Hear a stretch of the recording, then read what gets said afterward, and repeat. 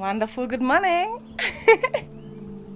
So we just got the news just the other day that if you want to fly to Zanzibar, and so many of my clients, including myself, after your safari in Kenya or Tanzania, you want to fly to the world famous island, or at least Africa's most beautiful island, Zanzibar.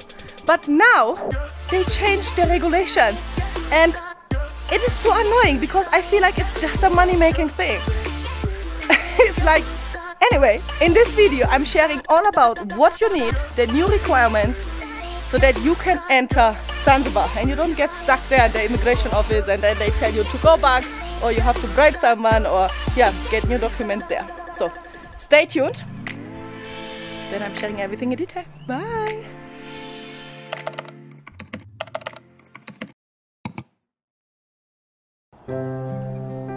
We are enjoying right now a small holiday at my secret Nairobi hideaway at Lemon Valley Farm in Lake Elementaita. Magic in the air. A perfect place to travel here after your safari in Masai Mara to do day trips to Naivasha or Lake Nakuru.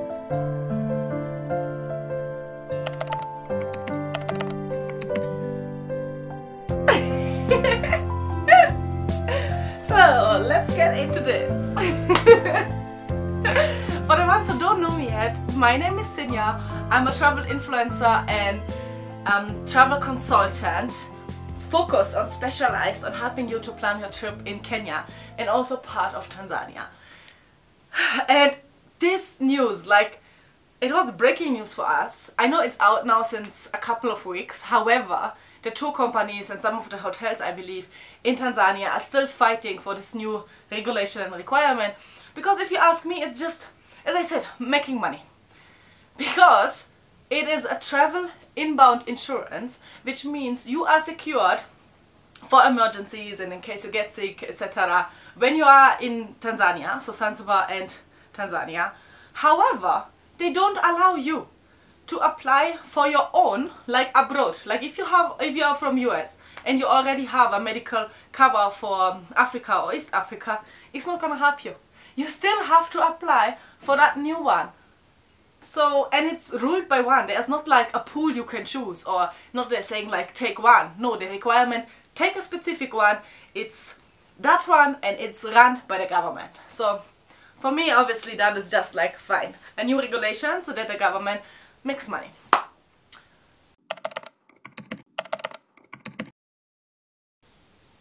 I know it's sad news. Also for us, I feel like it's a bit stressful because right now it's just 2 months to go and we are actually flying to Zanzibar again. I love being in Zanzibar and I think Zanzibar is really worth it. And it's beautiful. And it's like an island feeling which you can't have anywhere else. And the water is so crystal blue, and now I know you might ask yourself like, okay, then should I just stay in Kenya for the beach or should I go somewhere else because now this is too much. Yes, in Kenya we also do have beautiful beaches. I love the beach sides. I'm a fan of Malindi, Watamu, and then also we have a small island, our own island here. It's called Lamu Island, where it's the only island without cars. So you fly in and then you get picked up with a boat from the airport to your island, and I was told it's like a bit similar as in the Maldives, and especially in Shella Beach and Manda Island it has beautiful beach sides. It is so beautiful. But Zanzibar, it's still Zanzibar. It is a unique island. I mean, it's actually multiple islands, and I still feel it's worth it to go there. And also as we are traveling there, hopefully in now over Christmas and the New Year, because we don't want to spend it in Nairobi. So yeah, fingers crossed. So that's why the regulation, it's for all of us, even for us here living in Kenya, or even people living in Tanzania and then going to Zanzibar. Because the funny thing is, this regulation is not for Tanzania, the island, I mean the mainland Tanzania. It's only for Zanzibar, only if you fly there. You don't have to understand. So, but let me take you through in this video some of the points we are covering. First of all, what is the insurance? Where can you get it? How much does it cost? And then a few questions. How is it about kids? Do they need it as well? Like, is there any discounts? And what documents do I need if you apply for it? And how soon do you apply for it?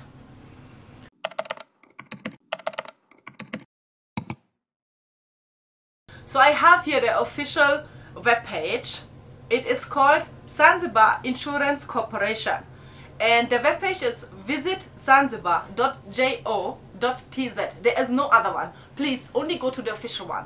Because in Kenya, in Tanzania, it is all the same. We have a lot of scammers there, a lot of people who are trying to get your money or scam you, and especially if something is new, maybe it's not yet 100% protected online. So a lot of fake things might be out there in a very short time. So only go to that official one. And then it's very straightforward. I actually just applied, just to make this video and to help you out, to take you through. So then you can apply for it, and then you see down there, check your application status. And you should apply as soon as possible you have booked your flight tickets or you know you are traveling, because this is a new system. We don't know yet how good it works. And let me be honest with you guys here. If you book your trip to Kenya, you can apply, or you have to apply for your A-visa online. It takes you 3 days or 2 days max. The system is straightforward, everything is there. Now, if you apply for Tanzania, your A-visa online, well, sometimes it takes a month, 3 weeks, so it is really a struggle. But then, on the other hand, you can also get your A-visa for Tanzania. You can get a visa on arrival, which is not possible for Kenya, for example. So now for this tool, actually it's not yet written, it's not yet said anywhere if you can only get it on arrival. I mean, if you can only get it online or also on arrival. However, for you to be on the safe side and not to stand on long queues when you enter, because already there's a lot of checkups. Like Zanzibar has its own international airport, and the checkups for yellow fever vaccines, for your visa and all those things, it takes forever. Like last time we traveled there, we actually went with the ferry, so it was another immigration office, but still it took forever. They controlled so many papers. So if you now also have to get there and apply for the insurance, it's just gonna make your life hard. So try to apply it online as soon as possible, and then it looks very straightforward. So if you click on the application, you can actually see that you can choose between individual, family, and then groups. So I tried, and I did it for an individual, just for me and my son. So he can, individual is maximum 2 people. So if you're a couple, you can apply there. If you have a child, you can apply there. And kids are actually for free up to 2 years only. From 3 to 17 years, they pay 50%. So the cost for this travel insurance per person is $44. So you have to pay $50 for your visa, then $44 for this. And if you are under 17, it's $22, half of it. And if you are in a big family or even in a group, but it's more than 10 people, then you can get some discounts, but they are just talking about like 10%, so it's not much. So there's just another big fee which comes, and you have to apply it. And please only apply it on the official webpage. It's very important. And yeah, when I applied it, it's straightforward. You just have to give in your names, your date of birth, place of birth, gender, nationality, telephone number, passport. Then you need to upload your passport picture, like your passport, a picture of your passport, and your arrival date, departure date, and that's it already. You don't have to necessarily upload any other documents. Up from there, you can just straight pay with your credit card. So they will not ask you for your flight details, apart from your arrival dates. They're not interested in all those small things. So you don't have to upload a flight ticket, you don't have to upload your itinerary or anything. Because when you apply for your Kenyan A-visa, for example, you have to apply so many documents. This all is not necessarily here. So it's actually very quick and very straightforward, and you can go with it. So this is only necessary for Zanzibar. If you go to Tanzania for safari and not to Zanzibar, you don't need it. It is funny because Tanzania and Zanzibar is one country. However, they treat themselves as 2 different countries with 2 different governments. So that's why they keep on having their own regulations.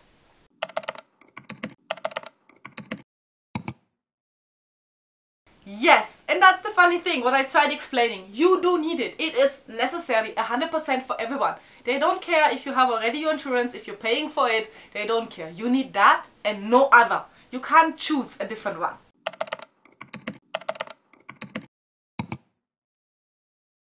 It covers the medical and related expenses, so emergency medical expenses up to 50,000 USD dollar. In case there's quarantine and they're expensive, they cover it. Emergency medical evacuation, 24/7 assistance service for medical emergency accommodation and travel arrangements and so on. Personal accident and liability, so accidental death up to 20,000 USD dollar, personal liability up to 30,000 USD dollar, permanent total disability as per 1% up to 20,000 USD dollar, legal expenses and baggage, lawyers expenses up to 2,000 USD dollar, advance for bail up to 2,000 USD dollar, baggage delay, theft, lost, damaged luggage up to 400 USD dollar. So they are quite trying to cover a lot. However, my personal opinion is it's just a money-making thing, because you don't have the choice to choose your own insurance. You have to choose that one.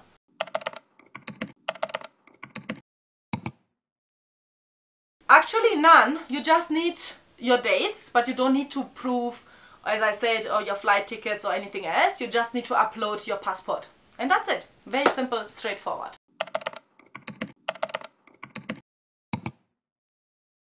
So it actually covers you up to 92 days, so 3 months. Anyway, you can't stay longer than 3 months in Zanzibar or Tanzania. After that, you have to apply again in case you were to extend your visa and in case you were to stay longer.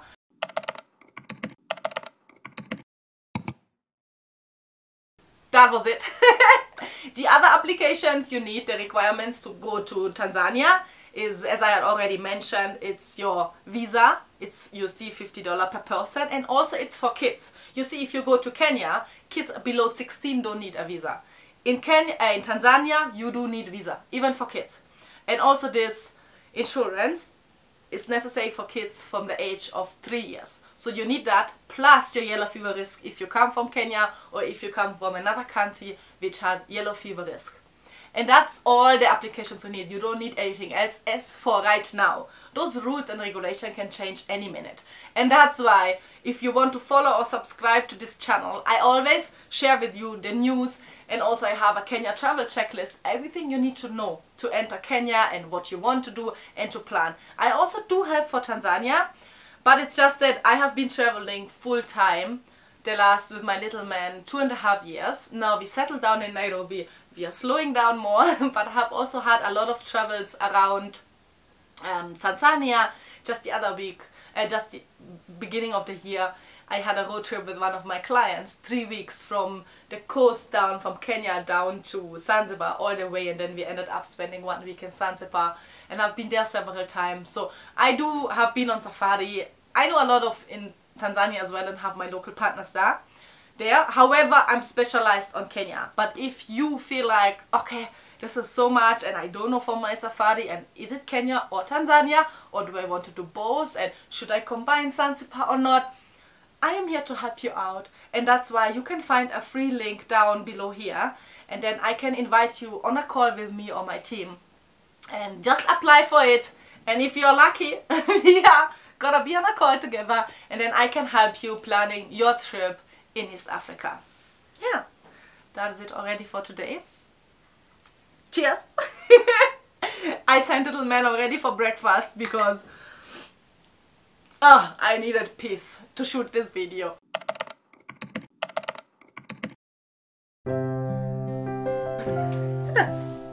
It is insane.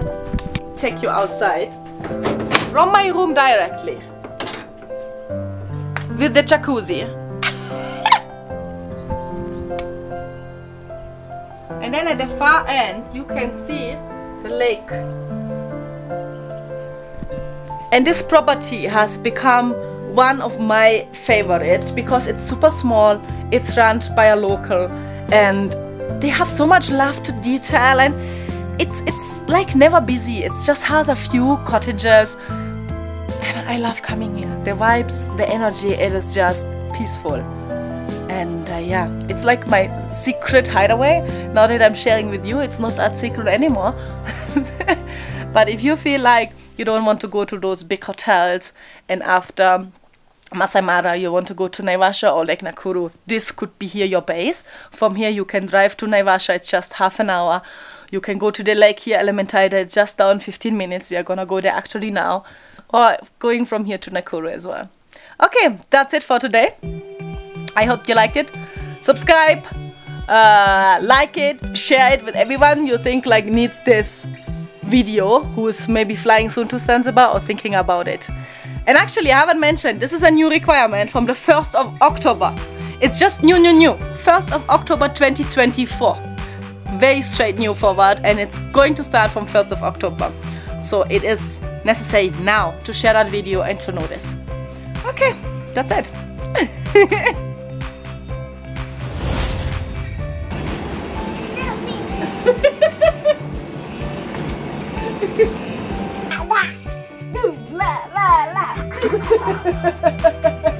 Give no coffee to your child in the morning.